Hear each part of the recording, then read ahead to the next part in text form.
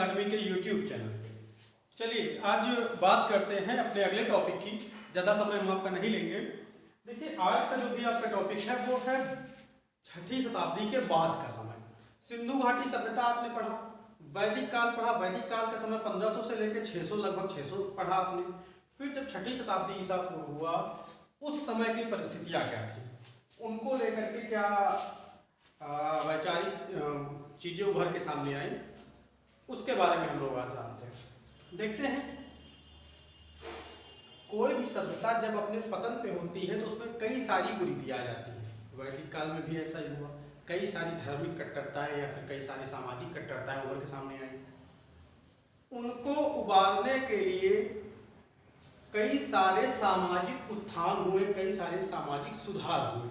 देखिए 6ठी शताब्दी में जो गंगा का मध्यवर्ती इलाका है, ये ध्यान रखेंगे, ये जो भी सामाजिक उत्थान हुए हैं ये इनका क्षेत्र क्या था, गंगा के मध्यवर्ती इलाके में, अपने उत्तर प्रदेश के क्षेत्र से बिहार के क्षेत्र तक। तो गंगा के मध्यवर्ती इलाके में सामाजिक और धार्मिक विचारों को लेकर के कई सारे उत्थान हुए और जिनसे कई सारे संप्रदायों का जन्म हुआ। लगभग 62 धार्मिक संप्रदायों का उदय हुआ, लेकिन सर्वाइव करने में मुख्यतः 2 धर्म सक्षम हैं। इस समय के लगभग 2 धर्म सक्षम रहे सर्वाइव करने में। पहला आपका था लोकप्रिय धर्म बौद्ध और दूसरा आपका था जैन धर्म, बुद्धिज्म और जैनिज्म। आज के समय में शांति, पीस और आपके सद्भाव के जो भी धर्म माने जाते हैं वो बुद्ध और जैन धर्म ही माने जाते हैं। चलिए आइए देखते हैं बुद्ध धर्म के बारे में। आज का जो आपका टॉपिक है वो बौद्ध धर्म के पार्ट 1 का है। हम कोशिश करेंगे इसको कम से कम समय में कंप्लीट करने की। वीडियो छोटा देना है क्योंकि ज़्यादा लंबा वीडियो आप लोग पसंद नहीं करते हैं। तो चलिए देखते हैं पार्ट 1, दूसरे पार्ट और तीसरे पार्ट, 3 पार्टों में इसको डिवाइड किया गया है। पहले पार्ट में क्या होगा, गौतम बुद्ध से शुरू करेंगे और उनके महाभिनिष्क्रमण से उनके संबोध तक की घटना, फिर धर्म चक्र प्रवर्तन और उनके उत्तर जीवन में जो भी चीजें आई वो हम लोग पढ़ेंगे। लास्ट पॉइंट में हम लोग पढ़ेंगे संगीतियों के बारे में तथा बौद्धिक साहित्यों के बारे में तथा कुछ ऐसे फैक्ट्स जो बौद्ध धर्म से संबंधित आपके एग्जाम्स में पूछ लिए जाते हैं। चलिए देखते हैं बौद्ध धर्म पार्ट 1। देखिए ये एक कहानी के जैसा है। सभी लोग जानते हैं लगभग हर बच्चे ने अपनी नर्सरी से लेकर के आज तक की एजुकेशन में गौतम बुद्ध का नाम जरूर सुना होगा, उनकी स्टोरी जरूर सुनी होगी। बस एज इट इज वैसे ही ये स्टोरी आपको आगे अपने कॉम्पिटिटिव एग्जाम्स तक लेके जानी है। पहला प्रश्न बनता है कि बौद्ध धर्म के प्रवर्तक कौन थे। तो बौद्ध धर्म के प्रवर्तक कौन थे? गौतम बुद्ध, जिसे हम लोग महात्मा बुद्ध भी कहते हैं। महात्मा बुद्ध भी हम लोग उन्हें कहते हैं, भगवान बुद्ध भी कहते हैं। इनका मूल नाम था सिद्धार्थ। दूसरा क्वेश्चन जो बनेगा मूल नाम का वो था सिद्धार्थ, लेकिन इनके अन्य नाम भी थे जिसमें सबसे ज्यादा इंपॉर्टेंट पूछा जाता है कि लाइट ऑफ एशिया या निम्नलिखित में से लाइट ऑफ एशिया या एशिया का प्रकाश पुंज कहकर के किसको संबोधित किया जाता है। तो आप लोगों ने एक चैप्टर भी पढ़ा होगा अप्रोक्सीमेटली अपने 11th 12th में, एक लॉन्ग पोएम भी है इसकी। तो लाइट ऑफ एशिया बोलते हैं महात्मा बुद्ध को, भगवान बुद्ध को। इसके अतिरिक्त इनके जो नाम है वो है शाक्य मुनि। क्यों? क्योंकि ये शाक्यगण से संबंधित थे, शास्ता या तथागत। अब बात करते हैं भगवान बुद्ध के जन्म के बारे में।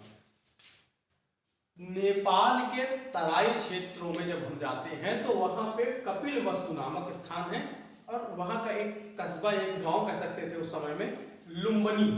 563 ईस्वी में कपिलवस्तु के लुम्बिनी ग्राम में इनका जन्म होता है, शाक्यगढ़ में। इनके पिता शुद्धोधन जो कि शाक्यगढ़ के मुखिया थे। इनकी माता का नाम महामाया था। ध्यान दीजिए, माता का नाम महामाया था जो कि कौन थी? रामग्राम की कोलीय वंशी थी। रामग्राम की कोलीय वंशी थी। इनकी विमाता प्रजापति गौतमी थी। ये क्वेश्चन यहाँ पे इंपॉर्टेंट होता है, ये बहुत पूछा गया है। इनकी विमाता का नाम, इनकी सौतेली माता या विमाता का नाम प्रजापति गौतमी था। पत्नी यशोधरा, पुत्र राहुल, ये इसके इंपॉर्टेंट पॉइंट बनते हैं। इनसे एक पॉइंट और बनता है, हमने यहाँ पे नोटिफाई नहीं किया है। इनके प्रिय अश्व का क्या नाम था?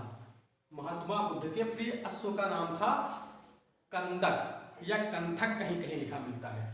और इनके जो प्रमुख सारथी थे उनका नाम था चन्ना। चन्ना का जो भी वर्णन आता है वो इनके नगर गमन पे आता है। आपने सभी ने स्टोरी पढ़ी होगी, वैसे ही आगे बढ़ाते हैं। एक बार भगवान बुद्ध अपने सारथी के साथ, यानी कि एक बार राजकुमार सिद्धार्थ अपने सारथी के साथ नगर भ्रमण पे निकलते हैं, जहां इन्हें 4 विशेष चीजें देखने को मिलती है, जो कि एक केवल महलों में रहे राजकुमार के लिए असाधारण चीजें थी। पहला, एक वृद्ध पुरुष को देखते हैं, उसकी अगली अवस्था इनको आगे जाके देखने को मिलती है रोगी। और तीसरी इनको मिलता है एक शव यात्रा, एक शव देखने को मिलता है। और अंतिम में एक देखते हैं सन्यासी को। उस सन्यासी के मुंह की आभा, उसकी शांति, उसका तेज देख करके ये प्रभावित होते हैं और अपने साथी चन्ना से इनके बारे में संवाद करते हैं। चन्ना इन्हें बताता है कि वृद्ध था जो कि रोगी हुआ, इसके बाद मृत्यु जो कि शाश्वत सत्य है, सबकी होनी है, और इस सन्यासी को मृत्यु का कोई भय नहीं है, इसीलिए इसके चेहरे पर ऐसा तेज निखर के आया है। उस दिन से इनका जो अंतरात्मा थी उन्होंने इनको प्रभावित किया सन्यास की ओर और ज्ञान क्या है उसकी खोज के लिए। और उसी खोज के लिए 29 वर्ष की अवस्था में भगवान बुद्ध ने या राजकुमार सिद्धार्थ ने मध्य रात्रि को अपना ग्रह त्याग दिया, अपना राजभवन त्याग दिया। यह घटना बौद्ध साहित्यों में महाभिनिष्क्रमण नाम से संबोधित की जाती है। ध्यान दीजिएगा, सीधे क्वेश्चन पूछेंगे कि महाभिनिष्क्रमण घटना किससे संबंधित है, तो गौतम बुद्ध से। फिर महाभिनिष्क्रमण से तात्पर्य क्या है, तो ग्रह त्याग। अवस्था याद न रहे कोई बात नहीं है, ग्रह त्याग का जो भी बौद्ध साहित्यों में वर्णन मिलता है वो महाभिनिष्क्रमण के रूप में ही मिलता है। छोटा वीडियो रखना है इसलिए थोड़ा सा और आगे बढ़ते हैं। इसके उपरांत क्या होता है? जाहिर सी बात है, जब भी किसी को प्यास लगती है वो जल स्रोतों की तरफ जाता है। भगवान बुद्ध भी आगे बढ़े, वैशाली पहुंचे और वहां के मुनि अलार कलाम से मिले, विद्वान अलार कलाम से मिले और उन्होंने साख्य धर्म की साख्य दर्शन की दीक्षा ली, जिसका उदय कब हो चुका था? उत्तर वैदिक काल में। खट दर्शनों में एक है साख्य वैदिक काल, साख्य दर्शन की किससे शिक्षा ली? अलार कलाम से। इसके बाद राजगीर गए, वहां रुद्रक रामपुत्र से इन्होंने पुनः दीक्षा ली। परंतु ये जिस चीज के लिए आगे बढ़े थे, जिस बोध के लिए आगे बढ़े थे, जिस ज्ञान के लिए आगे बढ़े थे, घर त्याग किया था इन्होंने, वो इनको नहीं मिला। तत्पश्चात ये गया पहुंचे, वहां पर 5 ब्राह्मण भिक्षुओं के साथ निराहार रह करके तपस्या प्रारंभ की। तपस्या कहां प्रारंभ की? सबसे पहला पॉइंट बनता है कि महात्मा बुद्ध ने किस नदी के किनारे तप किया, महात्मा बुद्ध ने किस नदी के किनारे तपस्या की? तो निरंजना नदी, गया में निरंजना या फाल्गु नदी के किनारे इन्होंने तपस्या की। ये क्वेश्चन सीधे पूछा जाएगा। जहां पे 6 वर्ष की तपस्या की, परंतु इन्हें कोई लाभ नहीं मिला, इनको ज्ञान की प्राप्ति नहीं होती। तो क्या होता है, एक ग्रामीण महिला सुजाता ने इन्हें खीर प्रदान की, जिसको खा करके इन्होंने अपनी तपस्या भंग कर ली। इसका प्रभाव क्या हुआ? जो 5 ब्राह्मण भिक्षु थे वो नाराज होकर के सारनाथ की ओर प्रस्थान कर गए। फिर से जो महात्मा बुद्ध थे, हमारे सिद्धार्थ थे, उनके मन में ज्ञान की इच्छा समाप्त नहीं हुई। ब्राह्मणों के जाने के बाद इन्होंने फिर से अपना दैनिक कार्य प्रारंभ किया और फिर से संबोध की ज्ञान की खोज में जुट गए। पुनः ध्यान प्रारंभ किया और 7 दिन की लगातार समाधि इन्होंने ली और 8वें दिन इन्हें ज्ञान की प्राप्ति हो गई। 8वें दिन क्या हुआ? इन्हें ज्ञान की प्राप्ति हो गई और ये सिद्धार्थ से बुद्ध कहलाए। क्या हुआ?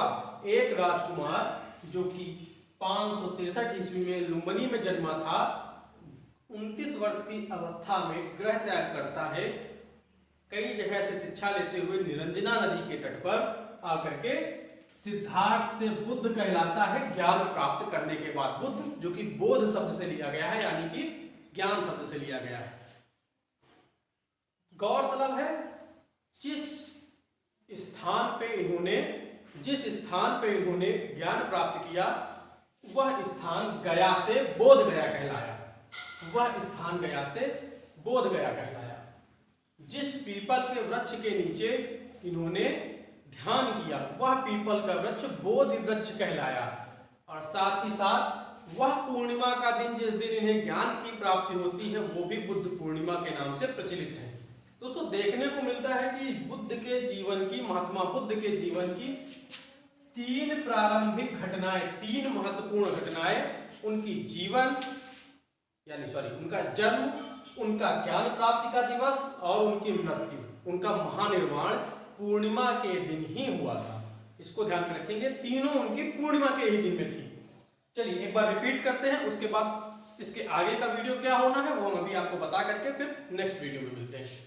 6ठी शताब्दी में क्या होता है, गंगा के मध्यवर्ती इलाके में धार्मिक सुधार आंदोलन होते हैं जिसमें लगभग 62 धार्मिक संप्रदायों का उदय होता है। पहला होता है बौद्ध और दूसरा जैन, जो कि आज भी अस्तित्व में है, पूर्ण रूप से अपनी सामाजिक सहभागिता दिखा रहे हैं। बौद्ध धर्म की बात करते हैं आज पार्ट 1 की। तो बौद्ध धर्म के संस्थापक या प्रवर्तक का नाम था महात्मा बुद्ध, जिनका जन्म 563 ईस्वी में कपिलवस्तु, नेपाल की तराई क्षेत्र के कपिलवस्तु के लुम्बिनी नामक ग्राम में हुआ था। इन्हें एशिया का प्रकाश पुंज कहते हैं। प्रजापति गौतमी इनकी विमाता थी। 4 दृश्यों को देख करके इनका मन संसारिक मोह माया से हट जाता है और महाभिनिष्क्रमण की घटना होती है, अर्थात ये ग्रह त्याग करते हैं। 29 वर्ष की आयु में 29 वर्ष की आयु का राजकुमार जाता है वैशाली, जहां पे अलार कलाम, और पुनः राजगीर में रुद्रक रामपुत्र से शिक्षा लेता है। इनकी ज्ञान पिपासा और आगे हावी होती है और ये आगे जाकर के 5 ब्राह्मण भिक्षुओं के साथ निरंजना या फाल्गु नदी के तट पे ज्ञान प्राप्ति के लिए 6 वर्ष घनघोर तपस्या करते हैं, परंतु इनको ज्ञान की प्राप्ति नहीं होती है। पुनः 7 दिन की समाधि के बाद पूर्णिमा के 8वें दिन इन्हें ज्ञान प्राप्त होता है और ये सिद्धार्थ से बुद्ध या भगवान बुद्ध कहलाते हैं और गया बोध गया कहलाती है और वह दिन बुद्ध पूर्णिमा कहलाता है। जो कल का आपका वीडियो होगा वो शुरू होगा धर्मचक्र प्रवर्तन से। ज्ञान का प्रमुख स्रोत है उसको बांटना, ज्ञान का प्रमुख तत्व है उसको बांटना। किसी जैसे एक गुरु अपने शिष्य को ज्ञान प्राप्त करता है, प्रदान करता है, वैसे ही भगवान बुद्ध ने भी जो उनको मिला आगे प्रसारित किया और एक नए धर्म की संरचना हुई, बौद्ध धर्म की संरचना हुई। कल हम पढ़ेंगे कि किस प्रकार उन्होंने अपने धर्म का प्रचार किया, कौन उनका प्रथम शिष्य था, कौन उनका अंतिम शिष्य था, उनकी मृत्यु कैसे हुई, उनसे जुड़े प्रतीक चिन्ह क्या हैं, और साथ ही साथ महिलाओं का प्रवेश इत्यादि कई सारी इंपॉर्टेंट घटनाएं जो कि आपके एग्जाम्स में सीधे पूछी जाती हैं।